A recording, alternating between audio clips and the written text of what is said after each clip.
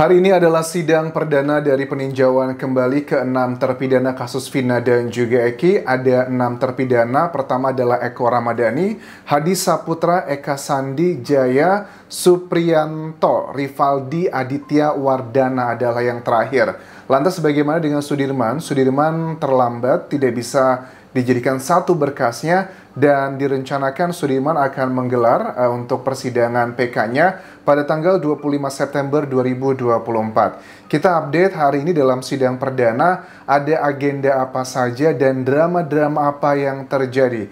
Kita awali pagi hari ini kita melihat pada saat kedatangan dari 6 terpidana ini disambut sama keluarganya. Bahkan waktu salah satu terpidana bernama Rivaldi itu turun dari bus ya. Tiba-tiba langsung dipeluk sama sosok perempuan, apakah ini kakaknya atau ibunya. Tapi kelihatan banget dari Rivaldi ini termasuk tipikal pria yang berusaha terlihat tegar, tidak mau meneteskan air mata. Tapi kelihatan banget dari bola matanya udah mulai berair. Terus juga yang uniknya dalam reaksi yang disampaikan oleh sejumlah orang dalam menyambut mereka datang hari ini lewat busnya, itu kan banyak yang teriak-teriak dengan kata-kata semangat, semangat.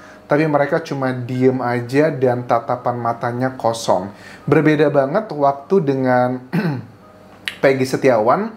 Waktu dulu dia ditetapkan sebagai tersangka, pada saat dia pertama kali muncul ke media massa, dia berusaha menyampaikan hal-hal yang sangat ekspresif. Kita bisa paham, karena terpidana ini sudah 8 tahun lebih di penjara, mereka itu sudah kayak hopeless ya, udah nggak ada harapan sama sekali. Kelihatan banget mereka pasrah dan melihat nanti apakah perjuangan dari ratusan kuasa hukum, ada seratusan dari tim Peradi ini benar-benar bisa membebaskan mereka. Hari ini juga pada saat hakim sudah selesai memeriksa berkas dan juga dokumen, ada perdebatan di awal di mana hakim itu meminta untuk mempertimbangkan awalnya bahwa sidang dalam kasus PK ini diawali adalah katanya dengan tertutup. Awalnya diminta untuk tertutup. Tetapi Otto Hasibuan yang memimpin dari kuasa hukum ini dengan tegas dan juga sopan mengatakan bahwa kalau memang sidangnya harus tertutup, ini aneh karena katanya aneh, dulu aja 8 tahun lalu, ini kan pasalnya 340 ya, pembunuhan berencana, pasal yang dikenakan di sini. Itu tidak tertutup loh, terbuka. Terus juga sidang saka tatal pun juga terbuka. Jadi entah apa yang menjadi landasan dasar statement dari hakim mengatakan bahwa sidangnya harus tertutup. Terus dari Otto Hasibuan mengatakan dengan tegas bahwa kalau sidangnya tertutup, mohon maaf, lebih baik saya batalkan untuk mengajukan peninjauan kembali. Akhirnya tim hakim ini berembuk kurang lebih adalah sekitar 15 menit dan akhirnya diputuskan sidangnya adalah terbuka dan tertutup. Maksudnya gimana? Kalau untuk bagian-bagian yang membahas terkait dengan bagian yang sifatnya ya susila, katanya kan kata hakimnya ada salah satu novumnya adalah atau pembahasan dari alat bukti terkait dengan sperma, itu katanya sudah termasuk dalam pembahasan yang susila. Menurut aku ini bagian yang cukup unik ya. Kan gini ya, aku nggak ngerti ya teman-teman ya. Kan kalau dalam novum, bukan novum sih, dalam alat bukti yang berupa otopsi yang diklaim dulu katanya kan ditemukan ada sperma tersebut. Menurut aku itu nggak ada unsur pornonya, nggak ada unsur susilanya gitu loh. Asusila itu nggak ada sama sekali.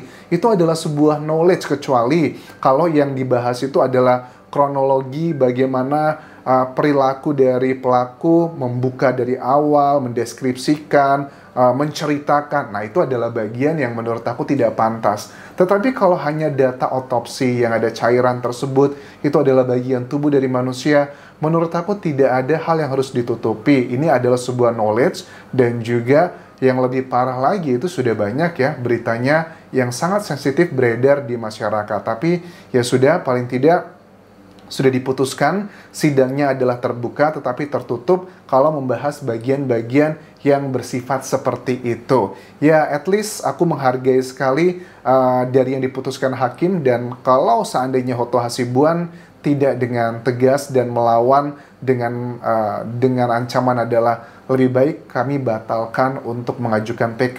Aku nggak yakin kita bisa melihat mengawal proses sidang ini. Karena kelihatan banget dari awal-awal pada saat sidang ini mau dimulai, ada beberapa YouTuber juga yang ada di kawasan di Pengadilan Negeri Cirebon pun juga awalnya agak kesulitan ya mereka untuk masuk ke area untuk persidangan. Katanya nggak boleh direkam pakai HP, nggak boleh macem-macem. Well, ini adalah satu drama yang bukan hal baru ya terjadi dalam kasus di persidangan yang sedang viral di Indonesia. Kalau dulu kasusnya Sambo juga sama kan ya, ada bagian yang tertutup, ada bagian yang terbuka. Dan menurut aku untuk hari ini sudah langkah yang luar biasa hebat dan ini nggak mudah perjuangan ke depannya. Nah, terus juga saat sidang ini pun ada beberapa hal yang terlihat juga nyata di mana ke-6 terpidana ini sudah dikawal dan dilindungi oleh LPSK, Lembaga Perlindungan Saksi dan Korban. Ini hal yang sangat baik sekali karena bagaimanapun juga LPSK ini nggak cuma mengawal secara fisik aja keselamatan mereka, tapi juga secara mental dan psikologi.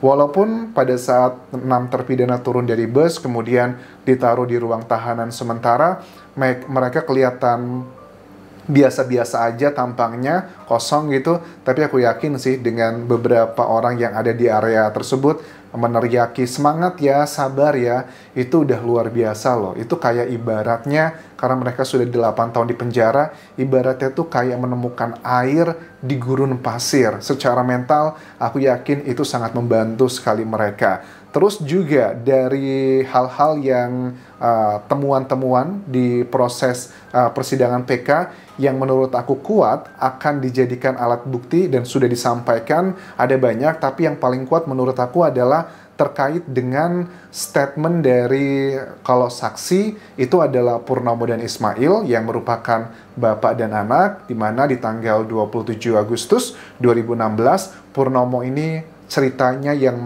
setelah melamar calon mantan istrinya saat itu yang gagal ya.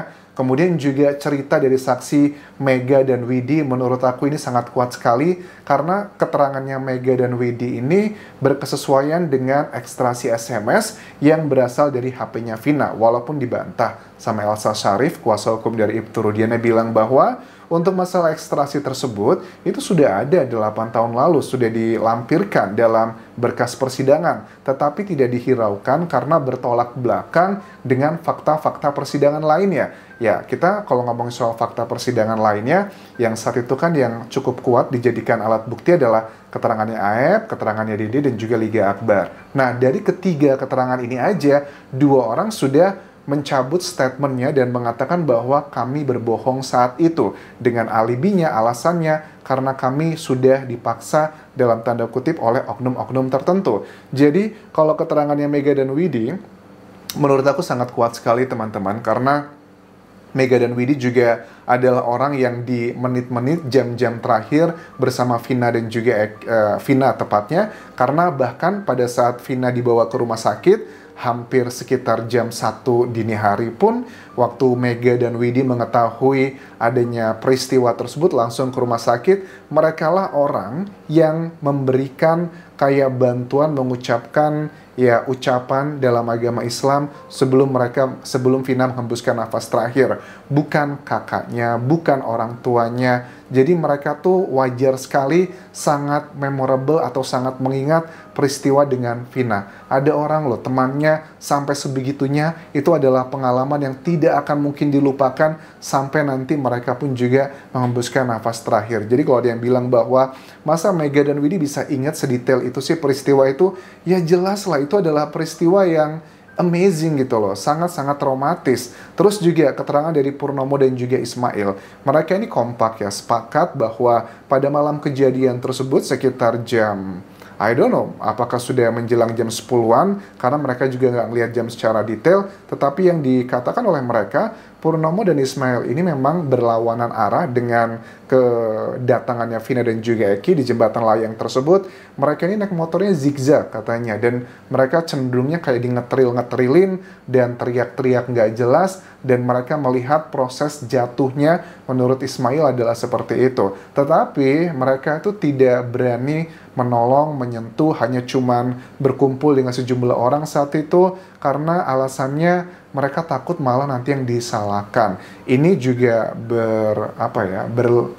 berkesesuaian dengan keterangannya ada Adi, seorang musafir. Ditambah lagi ada Oki yang berkesesuaian juga dengan rangkaian cerita bahwa Adi kan bilang, saya adalah orang yang nyuruh salah satu pengendara motor untuk lapor ke kantor polisi terdekat. Nah, Oki kan mengatakan, saya tahu ada kejadian itu karena ada orang yang mampir ke bengkel saya waktu dia mau ke kantor polisi melaporkan kejadian tersebut. Ya udah, saya ke sana gitu. Dan ini juga sebenarnya linear dengan keterangan Suroto sebenarnya, bahwa dia kan mengaku ya bahwa dia mengetahui kejadian tersebut karena dikasih tahu oleh seseorang pemuda yang mengendarai motor datang ke kantor polisi terdekat dan ngasih tahu ada kejadian tersebut. Dan Suroto adalah bertugas sebagai banpol atau bantuan polisi, seorang warga sipil yang bertugas ngebantu kegiatan di sebuah kantor polisi. Tetapi keterangan dari Suroto itu linear dengan yang lainnya mengenai time frame-nya. Tetapi dengan hal-hal detail lainnya banyak yang bertolak belakang. Dan jujur keterangan Suroto ada banyak kejanggalannya. Misalnya adalah terkait bahwa saya adalah orang yang pertama kali, saya adalah orang yang pertama kali melihat Vina dan Eki, itu aja udah nggak benar dengan keterangannya dia sendiri. Terus saya adalah orang yang ngebantu Vina untuk sampai ke rumah sakit, saya tuh di mobil waktu keterangannya di iNews, saya bantu dia, sabar ya dek ya, sabar ya dek. Padahal di keterangan berikutnya dia bilang, oh saya kembali dulu ke kantor polisi, harus ngambil motor baru ke rumah sakit lagi. So, ada banyak hal yang tidak masuk akal dan tidak linear dari perbandingan berbagai macam wawancara Suroto, baik di YouTube ataupun juga di media sosial. Yang paling basic lagi sebenarnya dengan kasus ini, ya nggak bisa dipungkiri, ini ada hubungan dengan kesurupannya Linda. Secara hukum, secara kata-kata, kalau penegak hukum dikatakan apakah kesurupannya Linda itu mempengaruhi proses hukum ini? Aku yakin mereka akan bilang tidak sama sekali. Tetapi pada kenyataannya, apakah ini sebuah kebetulan? Penangkapan para tersangka itu tanggal 31 Agustus 2016. Linda itu kesurupannya tanggal 31 juga sekitar jam 1 pagi. Kemudian kakaknya Vina mengirimkan video rekaman tersebut ke Ibtu Rudiana. Kemudian subuhnya langsung dilakukan pencarian A, B, C, dan D. Dan siangnya langsung adanya laporan, penangkapan, dan dijadikan tersangka. Dalam waktu 1 hari doang, itu sudah ada semuanya. Apakah ini sebuah kebetulan ataukah sebuah petunjuk bahwa memang pada awalnya kasus ini tuh sangat minim sekali alat bukti dan sangat bergantung pada keyakinan seseorang, tanpa bermaksud aku tidak percaya dengan kesurupan, ya itu adalah hak kalian. Nah, itu adalah bagian pertamanya Linda yang kesurupan. Bagian yang kedua pun juga beberapa kali kan Linda tuh kesurupan ya. Misalnya pada saat katanya setelah para tersangka itu ditangkap, Linda kesurupan lagi. Kemudian katanya waktu lagi diotopsi, otopsi itu kan berarti 10 hari setelah dimakamkan, itu katanya kesurupan lagi. Ditambah lagi waktu ibunya pulang dari Malaysia kerja di sana, itu juga kesurupan lagi. Dan rangkaian kesurupannya Linda itu kok banyak sekali kecocokan dengan hasil putusan dari hakim 8 tahun lalu. Bagi aku kalau cuma 1-2 hal yang cocok, linear, oke lah. Tapi kalau ada banyak sekali yang cocok, nah ini kita curiga nih, apa jangan-jangan sengaja dibuat agar mirip seperti ceritanya Linda karena ada keyakinan mereka percaya dengan hal yang mistis seperti itu. I don't know, kasihan sekali ya kalau memang keyakinan dari orang-orang yang melaporkan kasus ini dari kecelakaan menjadi pasal 340 hanya berdasarkan superstisius gitu loh, keyakinan mistis doang. Kan ada 8 orang yang sudah menjalani hukuman dan mudah-mudahan kebenaran segera terbongkar. Kita berdoa ya semoga diberikan kemudahan karena ini levelnya itu udah bukan lagi level berjibaku dengan alat bukti yang kuat atau enggak, tetapi lebih ke hati ya. Dan yang bisa menggerakkan hati manusia itu menurut aku cuma Tuhan. Dan penentunya dari kasus ini kan ya Hakim Agung nanti. Mudah-mudahan Hakim Agung ini digerakkan hatinya oleh Tuhan begitu. Dan biasanya doa itu adalah salah satu cara agar bisa merubah hati manusia. So, kita berdoa semoga para terpidana ini, aku sih yakin sekali mereka tidak bersalah. Mudah-mudahan mereka semua terbebas, dan kalaupun memang mereka adalah bagian dari pelaku, seandainya mereka betulan, apakah mereka layak diberikan hukuman seumur hidup? Karena aneh ya, kalaupun mereka adalah beneran pelakunya, jarang banget ada kasus 340 semuanya sama rata seumur hidup. Kasusnya Sambo aja kita tahu tuh ada yang dapat hukuman berapa tahun tuh seumur hidup, ada yang beberapa tahun, ada yang 10 tahun. Jadi aneh gitu, setiap orang kan punya perannya masing-masing. Ingat ya, hukuman itu bukanlah alat balas dendam. Jadi suka nggak suka, memang ada sesuatu hal yang nggak wajar terjadi dalam kasus ini. Terima kasih sudah menonton, sampai jumpa.